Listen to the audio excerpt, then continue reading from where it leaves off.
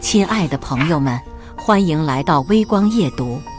劳斯莱斯停在邻家门前的那一刻，整个村子都安静了。阳光下，车漆闪烁着逼人的光芒，像是不属于这个世界的存在。林总，久仰大名，今天终于见到真人了。陈总伸出手，笑容满面，村民们面面相觑。谁也没想到，这个穿着普通 T 恤的年轻人有这样的地位。王婶站在人群后面，张大嘴巴说不出话来。李强的手指不自觉地颤抖，昨天的嘲笑还回荡在耳边，而林浩只是平静地站在那里，就像他刚回来时一样，没有任何变化。接下来开始我们本期故事。记得点击订阅并开启小铃铛。林浩开着那辆白色的50宏光，缓缓驶进了家乡的村口。6月的阳光炙烤着柏油马路，热气从地面上升起，扭曲了远处山峦的轮廓。他放慢车速，透过车窗望向两旁熟悉又陌生的景色。7年了。他已经整整7年没有回到这个生他养他的地方。村口的老槐树依旧在那里，树干上多了几道深深的裂痕，像是老人脸上增添的皱纹。小时候，他常常爬上那棵树，望着远方发呆，想象着外面的世界是什么样子。现在他知道了，外面的世界很大，大到可以让一个农村孩子在深圳拥有自己的科技公司，年收入过1000万。可这一切他都没有告诉家里人。母亲每次通电话都会小心翼翼地问：儿子，在外面还习惯吗？工资够花吗？林浩总是轻描淡写地回答：挺好的，您和爸别担心。他不想让父母知道自己赚了很多钱，怕给他们带来不必要的压力和麻烦。这次回来也是刻意保持低调，他特意租了这辆50宏光，穿着再普通不过的白色 T 恤和运动鞋。就在昨天，他接到母亲的电话，声音里带着哭腔：浩儿，你爸心脏病发作，现在在县医院，你能不能回来看看？林浩当时正在公司开董事会，听到这个消息，他立刻结束会议，让助理订最近的一班飞机票。妈，您别担心，我马上回来。放下电话，他匆忙交代了几句公司事务，便直奔机场。此刻，他的心情复杂而沉重，既担忧父亲的病情，又带着些许对家乡的怀念。50宏光停在了家门口，那个低矮的土砖房子显得有些破旧，墙面低白灰已经剥落了一大半，露出里面红褐色的砖块。林浩拿出钥匙，发现门锁已经换了，他只好轻轻敲门。谁啊？里面传来母亲疲惫的声音。妈，是我，林浩。门咯吱一声打开，母亲站在门口，看到儿子的那一刻，眼泪立刻涌了出来。浩儿，你终于回来了。母亲的头发已经花白了大半，脸上的皱纹比7年前深了许多，身形也瘦了一圈。林浩心里一疼，轻轻拥抱住母亲。妈，爸爸现在怎么样了？医生说需要做手术，再观察几天。母亲擦了擦眼泪，上下打量着儿子。你瘦了。林浩笑了笑，工作忙，没注意。妈，咱们先进屋吧。屋内的陈设还是老样子，唯一的变化是角落里多了一台小彩电。母亲把行李放在林浩的旧卧室，然后端来一杯水。喝点水，休息一下，待会儿咱们去医院看你爸。林浩点点头，目光扫过屋内的每一个角落，童年的记忆如潮水般涌来。这里的一切都是那么简朴，甚至显得有些寒酸，与他在深圳的豪华公寓形成鲜明对比。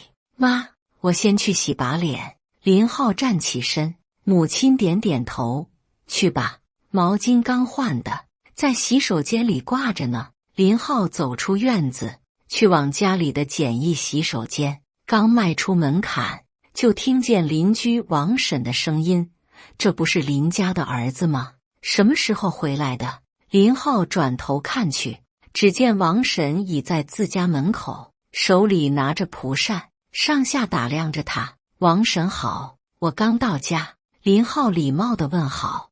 王婶走近几步，眼睛在林浩身上来回扫视。听说你在深圳打工，混得怎么样啊？林浩笑笑，还行，能养活自己。我家小明也在广东，在工厂上班，一个月7、8千呢。王婶得意地说，听说你是大学生，应该工资不低吧？林浩含糊地回答，差不多吧，看你这身打扮，也不像是混得好的样子。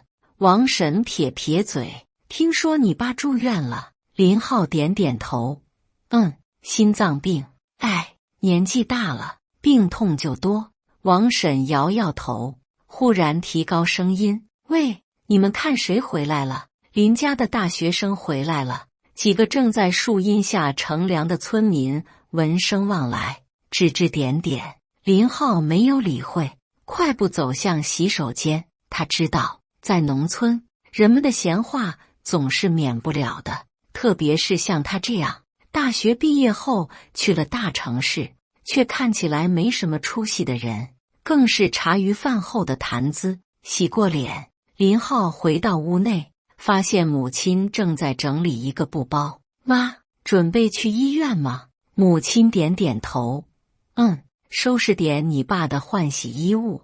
林浩看了看表，我开车送您去吧，刚好我租了车。母亲的眼中流露出一丝心疼，儿子，租车多花钱啊，咱们坐公交就行。林浩柔声道，没事，妈，这点钱花得值。走吧，我们赶紧去看吧。母子二人坐上50宏光，林浩发动车子，缓缓驶出村子。路上，母亲不时地偷瞄儿子，欲言又止。妈，有什么话就直说吧。林浩一边开车一边说。母亲叹了口气，浩儿，你在外面是不是很辛苦？林浩微微一笑，不辛苦，妈，我过得挺好的。那你怎么这么瘦啊？母亲担忧地说，是不是省钱给家里寄？你自己要吃好啊。林浩心里一阵酸楚，他在深圳的日子从来不缺美食佳肴，只是工作忙，有时会忘记按时吃饭。而在母亲眼里，他瘦是因为省钱，因为生活艰难。妈，我真的很好。林浩再次保证，就是工作忙，有时候忘了吃饭。母亲不信，什么工作这么忙，连饭都顾不上吃？林浩笑道，我在一家科技公司上班，有时候赶项目就会忙一些。他没有说自己就是那家公司的老板，更没有说公司已经价值上亿。在他看来，这些都不重要，重要的是父母的健康和平安。县医院位于县城的中心地带，是一栋6层高的白色建筑。林浩把车停在停车场，搀扶着母亲进了医院。父亲住在4楼的普通病房，病房里有4张床，环境一般。见到儿子，躺在病床上的父亲明显激动起来，想要坐起身。爸，别动，您躺着就好。林浩快步上前，轻轻按住父亲的肩膀。父亲的脸色苍白，头发全白了，但眼神依然有神。浩儿，你回来了。父亲声音有些虚弱，握住儿子的手，工作都放下了。林浩点点头，爸，您的病最重要，工作可以等。父亲欣慰地笑了，好孩子，不过你也不能耽误太久，工作要紧。林浩看着父亲苍老的面容，心里一阵阵疼痛。他明明可以给父母最好的生活，却因为种种顾虑，让他们继续过着清贫的日子。爸，您放心，我请了假，会在家多住几天，照顾您。父亲还想说什么，病房的门被推开了，一个穿白大褂的医生走了进来。林先生的家属来了。医生看向林浩和母亲，林浩连忙站起身。医生，我是病人的儿子，我爸爸的情况怎么样？医生翻看着手里的病历本，您父亲需要做心脏搭桥手术，费用大约在30万左右。听到这个数字，母亲的身体明显晃了一下，父亲的脸色也变得更加苍白。30万，母亲惊讶地说，这么多钱，我们上哪里去筹啊？林浩心中一紧，30万对现在的他来说不过是9牛1毛，但对于父母来说无疑是天文数字。医生，这个手术必须要做吗？林浩问道。医生点点头，必须做，而且越快越好。您父亲的冠状动脉严重堵塞，随时可能有生命危险。林浩看了看父母忧虑的表情，做出决定，那就做吧，钱的事情我来想办法。医生点点头，好的，您去住院部交一下预付款，我们好安排手术。林浩陪父亲说了会儿话，借口去交预付款，独自一人来到住院部。他拿出手机，给公司的财务总监打了个电话，小周，立刻转50万到我的私人账户。林浩语气坚定。电话那头的小周犹豫了一下，林总，需要做账吗？不用，就当我借公司的钱，后面我再补手续。林浩说，越快越好。挂断电话，林浩在走廊的长椅上坐下，思考着接下来的事情。他不能直接拿出30万给父母，那会引起怀疑。他得想个合理的理由，让父母安心接受治疗，又不会起疑心。正在这时，他看到一个白发苍苍的医生走过，胸前的名牌上写着心脏科主任医师。林浩灵机一动，快步上前，医生，能耽误您几分钟吗？主任医师停下脚步，看着林浩，什么事？林浩简单介绍了父亲的情况，然后说道，医生，我听朋友说，省城有个心脏外科的专家很厉害，不知道有没有可能请他来会诊。主任医师饶有兴趣地看了林浩一眼，你说的是张教授吧？他是我的老师，不过请他出诊可不容易，而且费用也不低。林浩眼前一亮，真是太巧了。医生，您看有没有可能请张教授来看看我父亲？费用不是问题。主任医师犹豫了一下，我可以试着联系一下，不过不敢保证。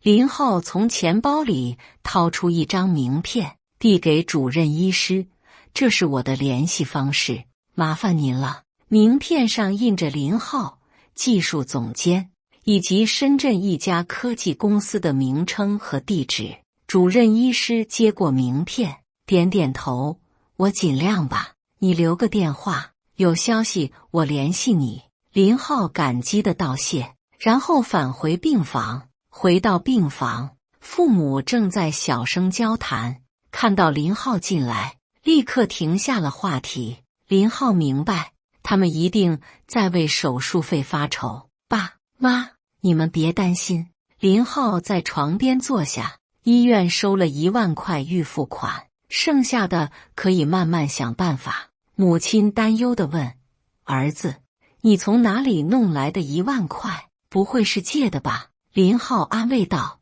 妈，我工作这么多年，存了一些钱。再说了，我公司有医疗福利，可以报销一部分。父亲叹了口气，浩儿，这次真是麻烦你了。林浩握住父亲的手，爸，这有什么麻烦的？您的身体最重要，您先好好休息，我去给您买点水果。说完，林浩起身离开了病房。他需要一些时间独处，思考如何在不暴露自己真实身份的情况下，让父亲得到最好的治疗。医院附近有个小超市，林浩买了些苹果和梨，准备回病房。刚出超市门口，他听到有人喊他的名字：“林浩，真的是你啊！”林浩转身一看，是高中同学李强，曾经的要好朋友。李强穿着一身名牌，手腕上戴着金表，一副成功人士的打扮。李强，好久不见。林浩微笑着伸出手，李强上下打量着林浩，眼中闪过一丝轻蔑。确实好久不见，听说你在深圳？林浩点点头，在一家公司上班。哦，什么公司啊？李强问道，语气中带着几分炫耀。我自己开了家贸易公司，去年营业额破1000万，今年打算扩大规模。林浩笑笑，挺好的，恭喜你。我就是在一家普通的科技公司做技术员。李强闻言，眼中的轻视更明显了。技术员啊，工资应该不高吧？林浩耸耸肩，够用就行，咱俩一起出去的，看看人家，再看看你。李强指了指停车场的一辆宝马5系，那是我新买的车，40多万，怎么样？林浩真诚地说，不错，看来你混得很好。那是，李强得意地说。对了，你开什么车？林浩指了指不远处的50宏光，那辆。李强愣了一下，随即大笑起来。50宏光，这不是开出租的吗？林浩没有解释，只是笑笑，挺实用的。行了吧你，大学生就是大学生，书呆子一个，在社会上混不开。李强拍了拍林浩的肩膀，语气中满是居高临下。走吧，哥们请你吃顿饭，咱们叙叙旧。林浩看了看表，不了，我爸住院了，我得赶紧回去。李强一脸惋惜，那真是不巧，改天吧。对了，听说你爸心脏病，要做手术。林浩点点头，准备这几天做，手术费挺贵的吧？要是缺钱，可以找我借啊。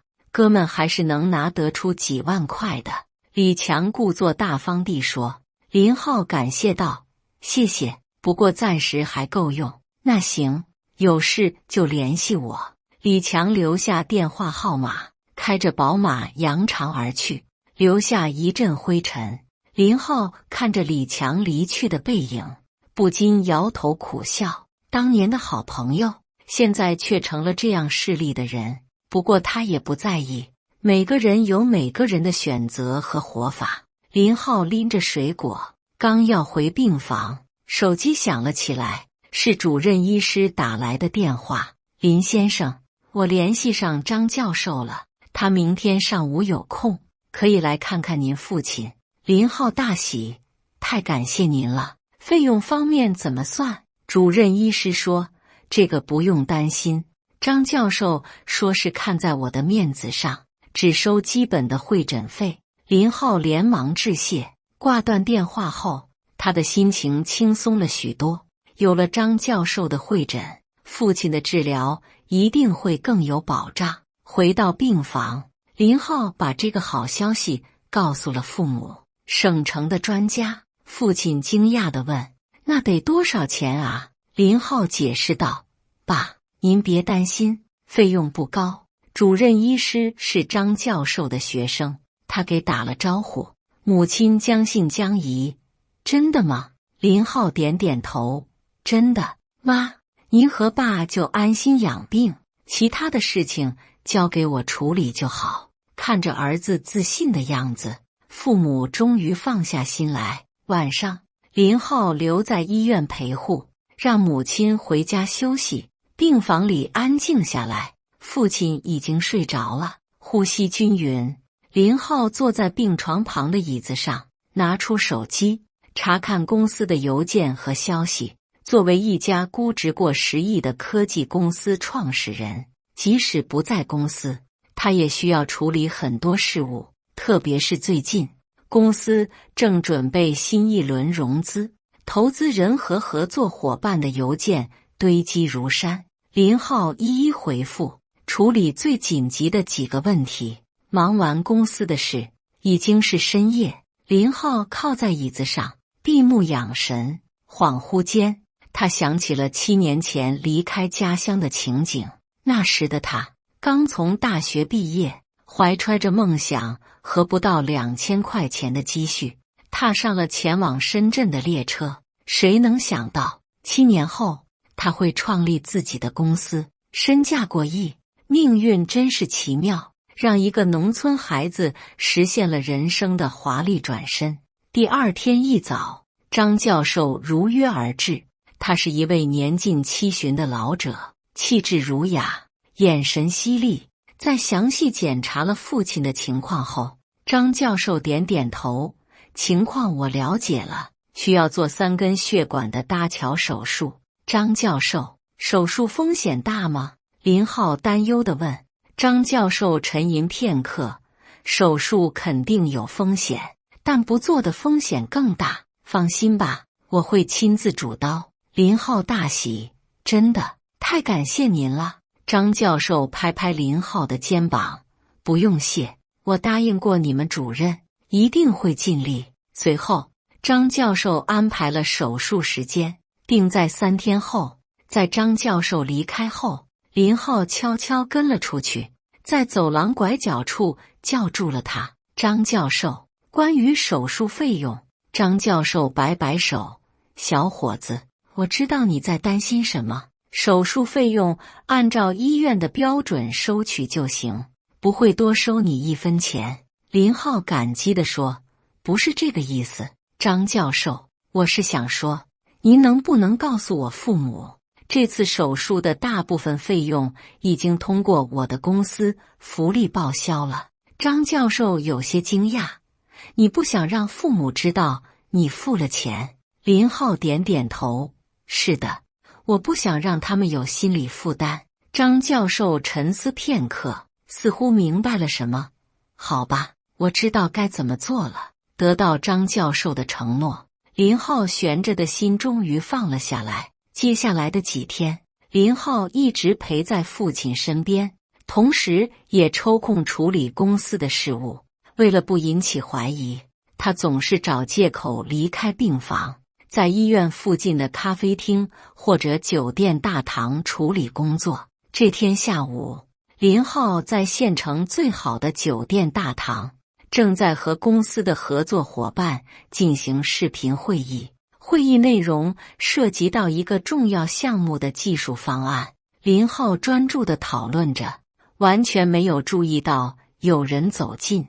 这个算法的优化空间还很大，我们需要重新设计数据结构。林浩对着电脑屏幕说。林总，一个熟悉的声音在身后响起。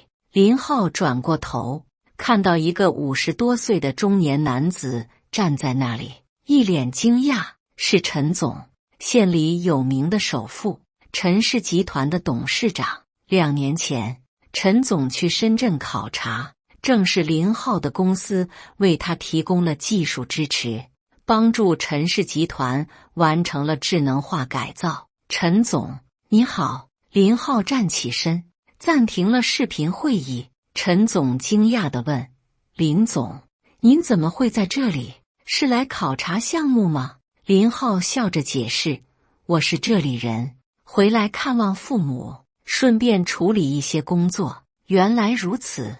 陈总恍然大悟，我一直以为您是深圳人呢，真是太巧了。我刚参加完一个会议，准备回公司。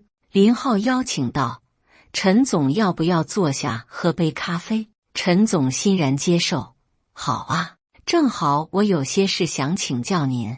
2人在酒店大堂的沙发上坐下，服务员送来咖啡。陈总感慨道，林总，上次多亏您的帮助，我们集团的智能化改造才能成功，现在效益提升了至少30%，真是太感谢了。林浩谦虚地说，这是我们应该做的，很高兴能帮上忙。周围的服务员都惊讶地看着他们，不明白一个穿着普通的年轻人为什么能得到县首富如此尊敬的态度。陈总继续说道：林总，我们集团正在计划新一轮的技术升级，不知道贵公司是否有意向继续合作。林浩点点头，当然，我们很乐意继续为陈总服务，不过具体的方案需要我们技术团队评估后才能给出。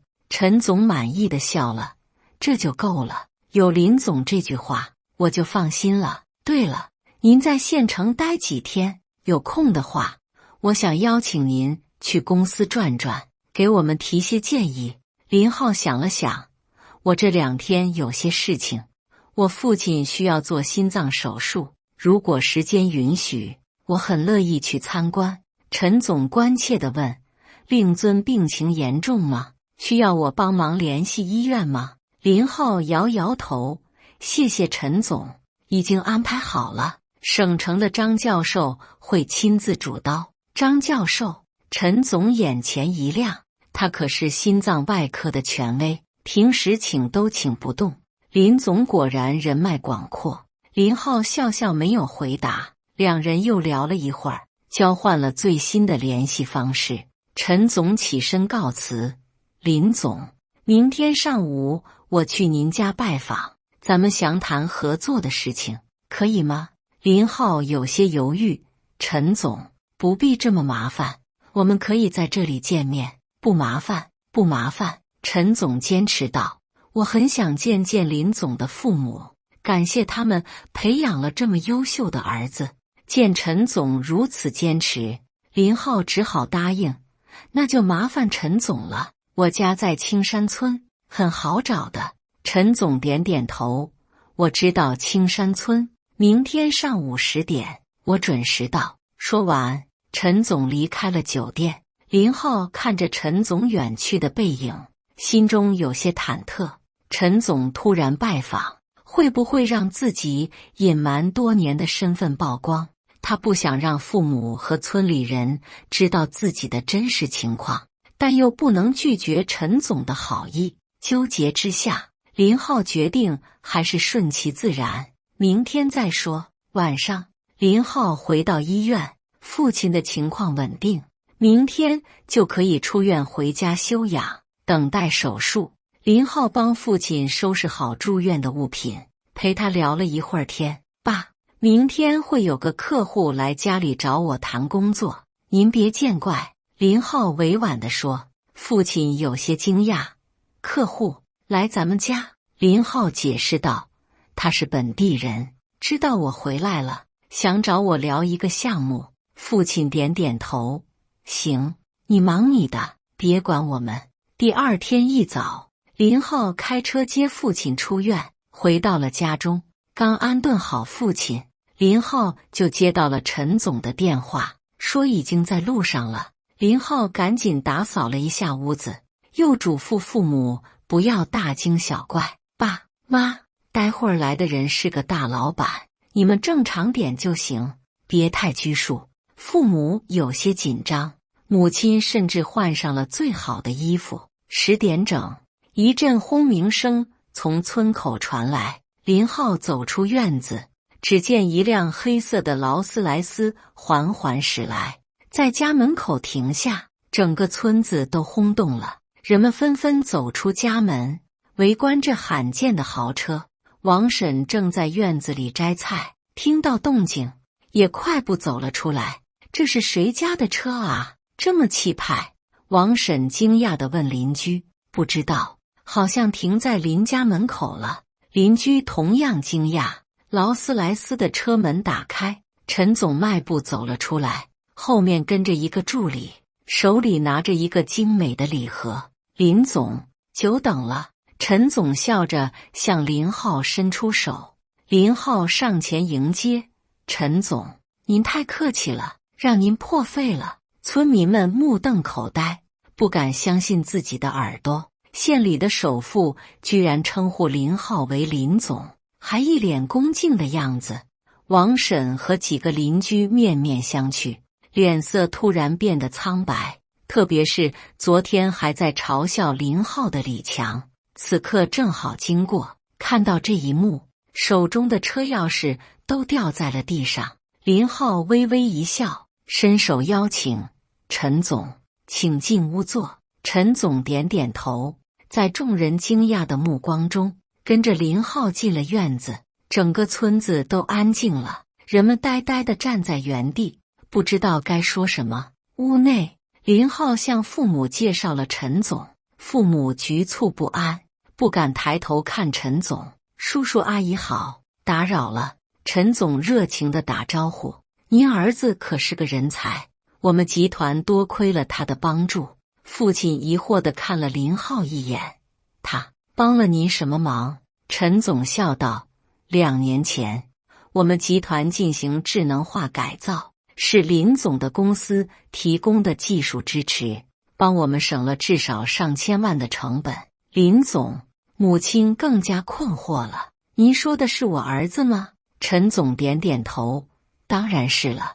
林总是深圳科技园的明星企业家，他的公司估值已经过10亿了。上次省领导来考察，特意点名要见林总呢。父母惊讶地看着儿子，一时说不出话来。林浩有些尴尬，轻咳一声：“陈总，咱们先谈正事吧。”陈总会意，从助理手中接过礼盒，递给林浩：“林总，这是我的一点心意，请您笑纳。”林浩推辞不过，只好接了下来。随后，两人进入屋内，开始讨论合作的细节。父母站在一旁，不时偷瞄儿子，眼中满是震惊和不解。院子外面，村民们越聚越多，都在窃窃私语：林家的儿子到底是干什么的？怎么会认识陈总？听说是什么公司的老板，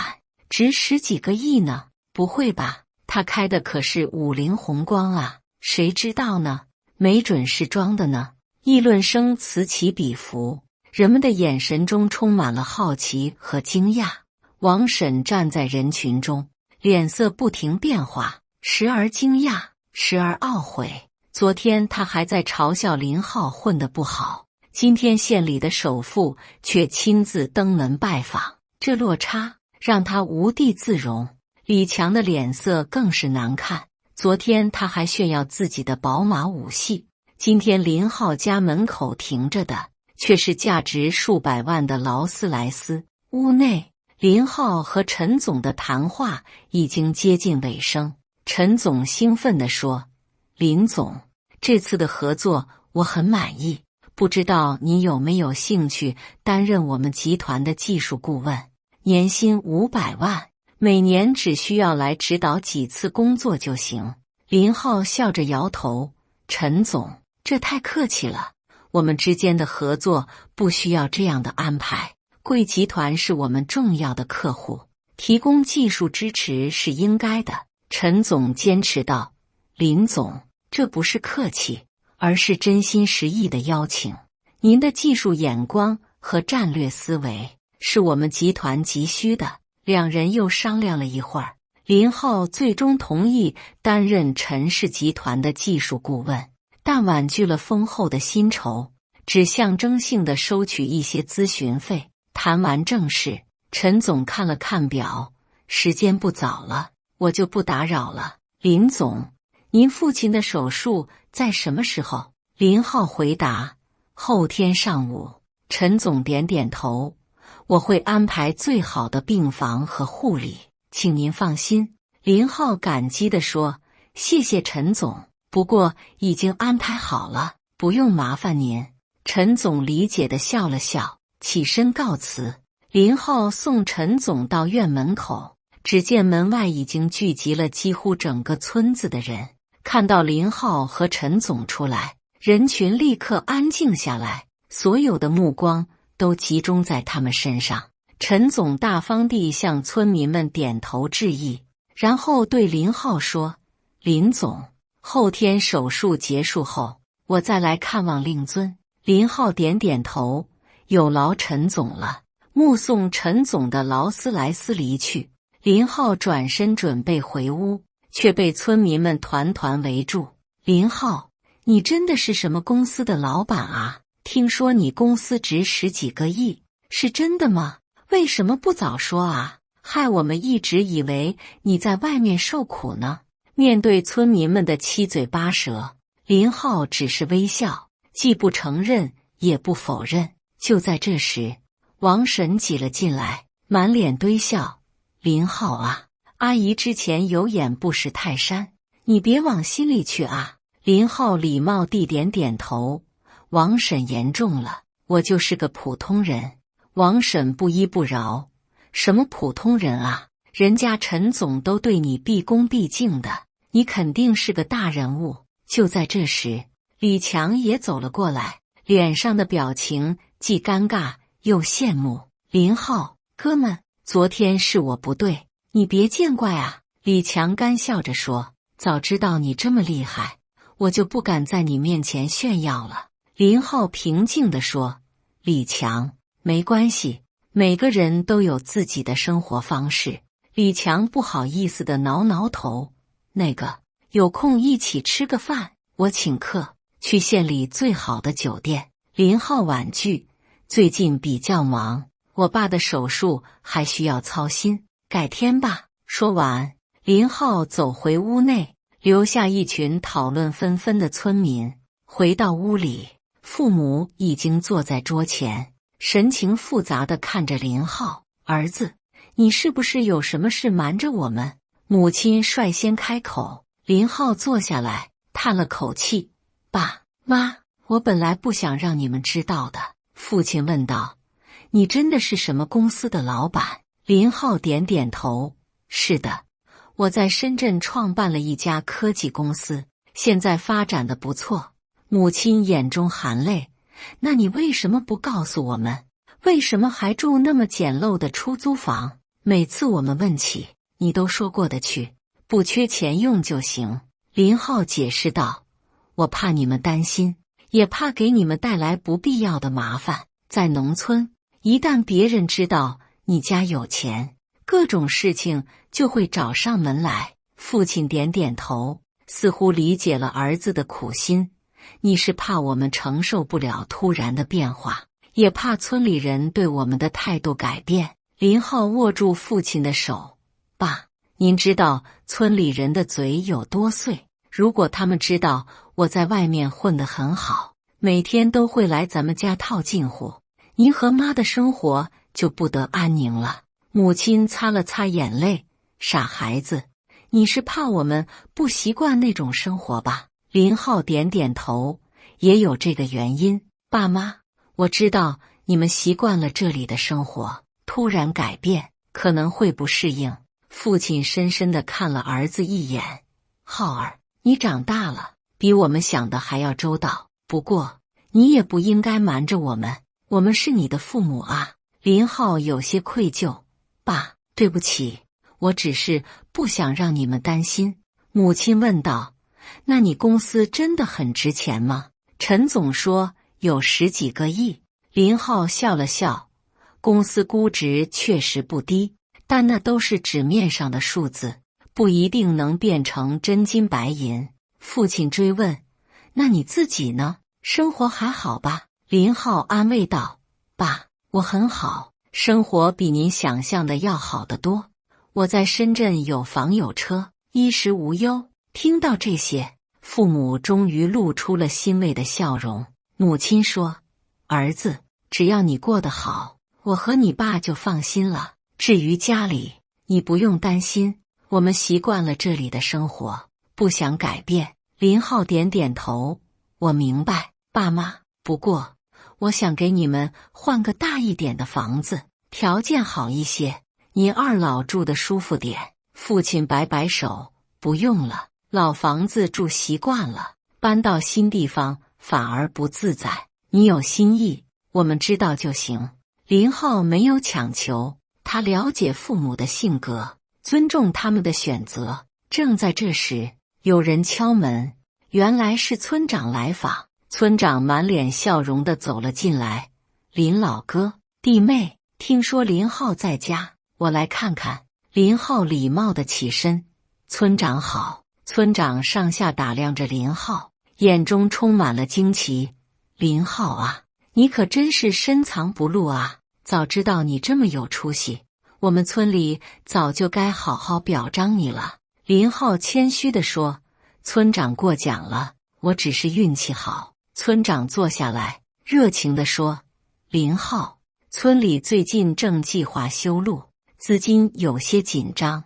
你看。”林浩明白了村长的意思，微微一笑：“村长，修路是好事，我愿意出一部分资金。”村长大喜：“真的，太好了！对了，学校的教学楼也需要翻新。”林浩打断道：“村长，这样吧，我会安排一笔资金，用于村里的公共设施建设，包括道路、学校和医疗站，具体的使用您和村委会商量决定。”村长连连点头：“好好好，有你这句话，我就放心了。林浩啊，你真是我们村的骄傲。”送走村长，林浩深深地叹了口气，他知道自己的身份已经完全暴露了，接下来会有更多的人找上门来。不过，既然已经这样了，他也决定不再隐藏，而是利用自己的能力和资源，为家乡做些实事。接下来的2天，林浩家门口几乎变成了接待处，村里的各路人马轮番来访，有些是真心祝贺，有些则是别有用心。林浩应付得很累，但为了父母，他仍然保持着耐心和礼貌。终于，父亲手术的日子到了。一大早，林浩开着那辆50宏光，载着父母前往医院。在村民们艳羡的目光中，林浩依然保持着低调，没有换车，也没有换衣服。到了医院，张教授已经在等待。手术很成功，父亲的恢复情况也很好。1周后，陈总又来拜访，这次带来了集团的合作协议。林浩仔细阅读后，签下了自己的名字。这意味着他和家乡的联系将更加紧密，他可以用自己的技术和资源帮助家乡发展。又过了2周，父亲已经可以下床活动，身体状况大有好转。林浩需要回深圳处理公司的事务。临行前，他对父母说：“爸妈，我要回深圳了，公司那边还有很多事情需要处理。”母亲依依不舍：“这么快就走啊？多住几天吧。”林浩笑道：“妈，我得赚钱养家啊。放心，我会经常回来看您和爸的。”父亲拍拍儿子的肩膀：“去吧，别耽误正事，有空就回来，没空就打个电话。”林浩点点头：“爸，我给你和妈留了一张信用卡，密码是您的生日，需要什么就去买，别舍不得花钱。”父亲接过信用卡，犹豫了一下，还是收下了。“知道了，我们会省着点用的。”林浩想了想，又补充道：“爸，我在县城买了套房子，位置很好，环境也安静。您和妈要是想换个地方住，随时可以搬过去。”父亲摇摇头：“不用了，我们就住在这里，习惯了。”林浩没有勉强：“那好吧，等您和妈改变主意了，随时告诉我。”告别父母，林浩开着那辆50宏光，缓缓驶出村口。车里放着母亲特意准备的腊肉和咸菜。虽然他在深圳能吃到各种山珍海味，但母亲腌制的咸菜却是任何高级餐厅都无法替代的味道。车子经过村口的老槐树，林浩停下车，下来看了看这棵承载了他童年记忆的大树。树干上的裂痕更多了，但树冠依然茂盛，遮天蔽日，就像生活一样，有伤痕，有沧桑，但也有生机和希望。林浩轻轻抚摸着树干，仿佛在告别自己的过去。他不再需要隐瞒自己的身份，不再需要在乎别人的眼光。无论是穷是富，是成功还是失败，家永远是家，父母永远是父母。这次回家的经历让他明白了这个简单而深刻的道理。林浩最后看了一眼村子的方向，那里有他的父母，有他的根。然后他坐回车里，发动引擎，驶向远方。也许明天，也许下个月，他会再次回来，但不再是带着伪装和隐瞒，而是以真实的自己，坦然面对这片生他养他的土地。五菱宏光消失在公路的尽头，只留下一缕缕扬起的尘土，在阳光下闪烁着金色的光芒。3个月后，林浩再次回到了家乡。这次他没有开五菱宏光，而是开着自己的车，一辆低调的黑色奔驰。村口的老槐树依旧苍劲挺拔，但周围的景象却有了微妙的变化。村里的主干道已经重新铺设了柏油，村口新建了一座小广场，几个老人正在那里下棋聊天。林浩把车停在家门口，拎着大包小包的礼物走进院子。父亲正在院子里修剪他新种的花草，看到儿子回来，脸上露出了欣喜的笑容。浩儿，你回来了。父亲放下剪刀，迎了上来。林浩点点头，爸，您的身体怎么样了？父亲拍拍胸口，好多了，现在每天都能走2公里路，医生说恢复得不错。林浩松了一口气，看着父亲红润的脸色，心里踏实了许多。母亲听到动静，从厨房里出来，见到儿子，立刻放下手中的活计，擦了擦手上的水。儿子，你怎么不提前说一声就回来了？母亲责怪道，眼中却满是喜悦。林浩笑着把礼物递给母亲，想给您和爸一个惊喜。你这孩子。母亲接过礼物，转身进了厨房。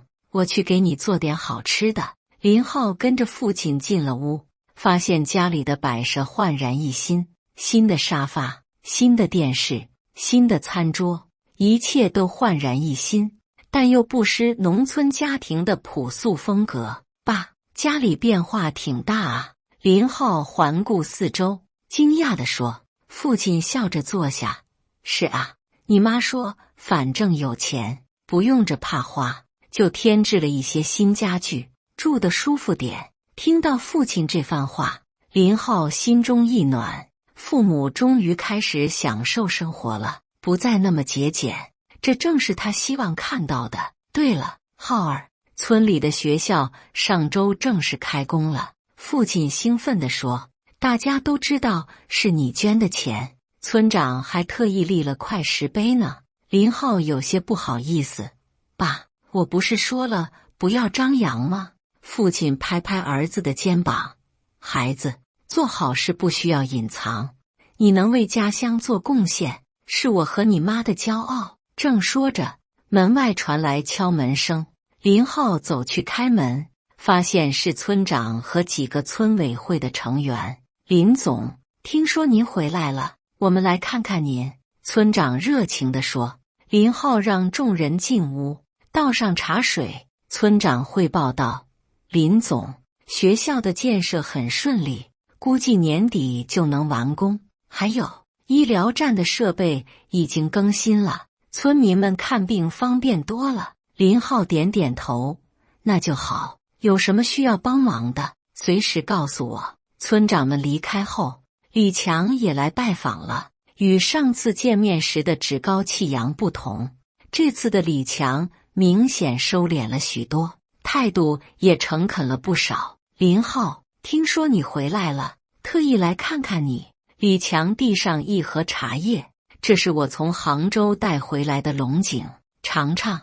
林浩接过茶叶，笑着说，谢谢，坐吧，喝杯茶。两人坐下，李强欲言又止，最后终于开口，林浩，我有个想法，不知道当讲不当讲。林浩鼓励道，说吧，什么事？李强深吸一口气，我想去深圳发展，你看，能不能在你公司给我个机会？林浩沉思片刻，问道：为什么突然想去深圳？李强坦言，老实说，看到你的成就，我挺羡慕的。我在县城这些年，感觉自己原地踏步，想去大城市闯闯。林浩看着这位曾经的发小，看到了他眼中的真诚和渴望。这样吧，我可以在公司给你安排个岗位，但要从基层做起。林浩说，能不能做好，就看你自己了。李强大喜，真的，太感谢了，我一定好好干。送走李强，天色已晚，母亲做了一桌丰盛的晚餐。